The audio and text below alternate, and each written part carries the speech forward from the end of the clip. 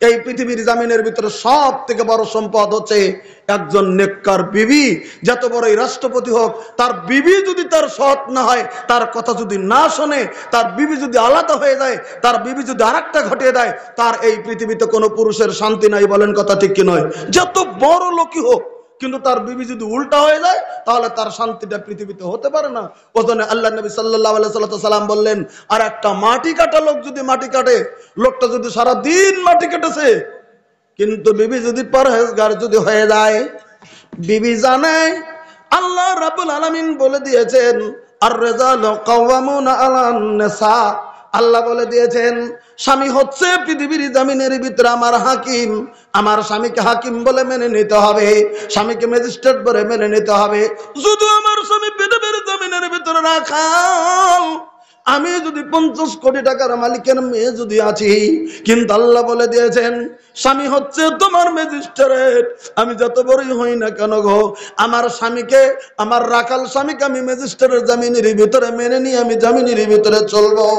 এমন যদি নেককার বিবি হয়, রাখালের মতো স্বামী সারাদিন মাটি কেটেছে, সন্ধ্যাবেলা বাড়ি চলে আসতেছে, বিবি গো এই যে ঠান্ডার মৌসুমে লাইন যদি নাও থাকে, তা একটু হালকা পানি গরম করে স্বামীর জন্য রেখে দিয়েছে।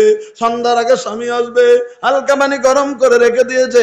এবার স্বামী সন্ধ্যাবেলায় বাড়িতে বাড়িতে ফিরছে, ওই বিবি গো খালি মনে মনে মনে মনে রাখছে কখন গো আমার স্বামী বাড়ির ভিতরে ঢুকবে। স্বামী যদি ভালো হয়, স্বামী স্ত্রীকে সালাম দিয়ে ঢুকবে, বিবি স্বামীকে সালাম দেবে। আজকে তো স্বামী স্ত্রী সালাম উঠেই যেমন গেছে, লজ্জা করে গো, স্বামী স্ত্রীকে সালাম দিতে চায় না, স্ত্রী স্বামীকে সালাম দিতে চায় না। না না, স্বামী যদি ভালো হয়, বাড়িতে ঢুকের ভিতরে ঢুকতেই সুন্দর করে সালামটা দিয়ে দেবে। সালাম দিলে শব্দটা পেয়ে গেল, ওই নেককার বিবি দৌড়ে চলে যাবে স্বামীর দিকে, স্বামী আমাকে সালামটা দিয়ে দিয়েছে। দৌড়ে চলে গেল, দৌড়ে যায় এগিয়ে গিয়ে মুখের দিকে তাকিয়ে অন্তত শুকরিয়া বলতেন, স্বামী গো আপনার কত কষ্ট হয়েছে জমিনের ভিতরে। ওই স্বামীকে নিয়ে এসে গরম পানি ঢেলে দিচ্ছে, হাত মুখ ধুয়ে নিয়েছে, বা সুন্দর করে উজু করিয়ে দিই। মাগরিবের নামাজের সময় গেলে নামাজ পড়ার পরে ওই যে দুই বাড়িতে কোনো কিছু নাই, হাফ কিলো বাগুন পাঠিয়ে দিয়েছিল, ওটাই ভর্তা করে নিয়েছে স্ত্রী। এবার ওই গরম ভাত, ওইটুকু যদি ভর্তা দিয়ে, বাগুন ভর্তা দিয়ে যদি সুন্মুখের ভিতরে দিয়ে, গরমের দিন যদি হয়, পাংখা দিয়ে যদি স্বামীকে বাতাস করছে, দেখবেন ওই স্বামী ওই স্ত্রীর গরম ভাত রান্না করে বাগুন ভর্তা বা মরিচ ডলা ভর্তা নিজে একবারে মিষ্টির মতো করে খেয়ে জমিনের ভিতরে শান্তি পাবে। কারণ নিজের একটা নেককার বিবি সুন্দর করে সারাদিন দিনের মেহনত করেছেন, নামাজ পড়েছেন, রোজা থেকেছেন, এমন করেছেন, কোরআন তেলাওয়াত করেছেন, বিসমিল্লাহ বলে সমস্ত জিনিসগুলি রান্না করেছেন। ওই নেককার বিবি গো স্বামীর কাছে গেছেন, স্বামী গো এমন করে আপনি খান, আপনার যত কোনো অসুবিধা না হয়। ওই মাটি কাটা মানুষটাও পৃথিবীর জামিনের ভিতরে একটা ব্যস্তর মতো চলবে। বলেন কথা ঠিক নাই? 50 কোটি টাকার মালিক যদি হয়, সন্ধ্যাবেলা যদি আসছে, বিবিকে যদি একটা হুকুম করছে, বিবি যদি আর এক দিকে হয়ে যায়, তার থাকতে পারে 50 কোটি টাকা, কিন্তু পৃথিবীর জমিনের ভিতরে ওই লোকটার শান্তি নাই। দেখবেন মাথাটা খারাপ হয়ে আছে, চোখ বড় বড় হয়ে গেছে, কারণ বাড়িতে ফিরে আসার পরে তার বউ কথা শোনে না। আল্লাহ রাব্বুল আলামিন সাল্লাল্লাহু বলে দিলেন, ইমাম বুখারী হাদিস টানলেন, বলে কি ওয়া খায়রু মাতাদ দুনিয়া আল মারআতু সালিহা। পৃথিবীতে যত কোটি কোটি টাকার সম্পত্তি থাক না কেন, সব থেকে উৎকৃষ্ট সম্পদ হচ্ছে একটা নেককার মেয়ে। একবার জোরে সুবহানাল্লাহ বলেন, আরো জোরে সুবহানাল্লাহ বলেন। একটা নেককার স্ত্রী আমি চাবো অন্তত আমাদের ময়ূরকুচি অঞ্চল, কুচবাড়ি অঞ্চলে, আমাদের এই অঞ্চলে আমাদের মা বোন যারা আছে, অবশ্যই নেককারের ভিতরে 100 জনের ভিতরে মোটামুটি পার্সেন্টেজ এগিয়ে যাবে। কারণ এরা পর্দানশী না, এরা সমস্ত মসলা মাসল জানা, এরা লেখাপড়া করেন মহিলা, এরা মোটামুটি ইমানের দিকে এগিয়ে থাকার জন্য অন্তত যতটুকু চেষ্টা করব বলে আশা রাখি। যারা আছে তো আছে, আর যারা নাই তারা আশা করবেন, চেষ্টা করার। এবার আসুন, তাহলে একবার নেককার বলে দিলেন, আল্লাহ রাব্বুল আলামিনের নবী উত্তম বলে ঘোষণা করে দিলেন। এবার বুখারীর আরেকটা হাদিসের ভিতরে একটু উল্টো বলা হলো, কথাটা খুব গুরুত্ব দেবেন। বলবেন কি উল্টো কথা বললেন নবী? আল্লাহর নবী বললেন ফাত্তাকুদ দুনিয়া ওয়াত্তাকুন নিসা। এটাও বুখারীর হাদিস। ফাত্তাকুদ দুনিয়া, দুনিয়ার ধোঁকা থেকে তোমরা পৃথিবীর জমিনের ভিতরে তোমরা বেঁচে থাকো গো। দুনিয়ার ধোঁকার মধ্যে তোমরা পড়ে যাও না, দুনিয়ার লোভ মোহ থেকে তোমরা বেঁচে থাকো। ফাত্তাকুদ দুনিয়া ওয়াত্তাকুন নিসা, আর মহিলার প্রবলনের ভিতরে তোমরা পড়ো না, মহিলার ফিতনার ভিতরে তোমরা পড়ে যাও না, মহিলার জুলুমের তুইয়ের ভিতরে তোমরা পড়ে যাও না, মহিলার ফাঁদে তোমরা পড়ে যাও না, মহিলার ফাঁদ থেকে জমিনের ভিতরে তোমরা বেঁচে থাকিও।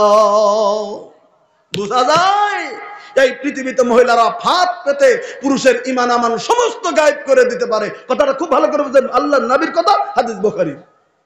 একটা মহিলার জন্য স্বামীর ঈমান আকাশ ছোঁয়া হয়ে যায়, আর একটা মহিলার জন্য আকাশ ছোঁয়া ঈমান আলা স্বামীর ঈমান মাটির নিচে ডুবে যায়। এবার কারণটা আপনাদের কাছে ক্লিয়ার করে বলছি, ভালো করে শুনে নেন। আল্লাহ রাব্বুল আলামিনের নবী সাল্লাল্লাহু আলাইহি ওয়াসাল্লামকে আল্লাহ তাআলা জানিয়ে দিলেন, এই যে আল্লাহ রাব্বুল আলামিন সাল্লাল্লাহু আলাইহি ওয়াসাল্লাম বললেন ফাত্তাকুদ দুনিয়া ওয়াত্তাকুন নিসা, দুনিয়ার লোভ মোহ থেকে তোমরা বেঁচে থাকো, আর মহিলাদের প্রবলন থেকে জমিনের ভিতরে তোমরা বেঁচে থাকো, মহিলার পথ থেকে বেঁচে থাকো। কারণ কি তোমরা কি জানো, আমি আল্লাহ রাব্বুল আলামিনের নবী তোমাদের কাছে জানিয়ে দিলাম বলে কি তোমরা জেনে রাখো, ফাইন্না আউওয়ালা ফিতনাতে বানি ইসরাঈলা কানাত ফিন নিসা, কারণ বানি ইসরাঈলের ভিতরে যে প্রথম ফিতনা শুরু হয়েছিল সেটা একটা মেয়েকে কেন্দ্রিক পৃথিবীর জমিনে শুরু হয়েছে।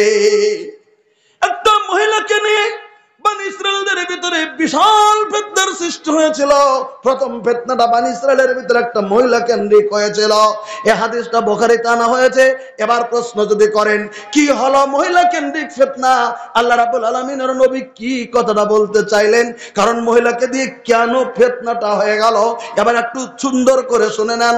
আমার মা বোন যারা আছেন আপনারাও শুনে নেন, পুরুষ ভাই যারা আছেন তারাও একটু শুনে নেন কি হলো ফিতনা, মহিলা কেন্দ্রিক ফিতনা।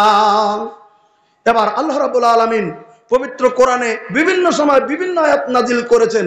তবে পবিত্র কোরআনে সূরা আরাফ, আপনারা জানেন সূরা নাম্বার, সূরা আরাফের 175 নম্বর আয়াতে আল্লাহ রাব্বুল আলামিন একটা কথা বলে দিলেন পৃথিবীর মানুষ আল্লাহ নবী সাল্লাল্লাহু আলাইহি সাল্লামকে।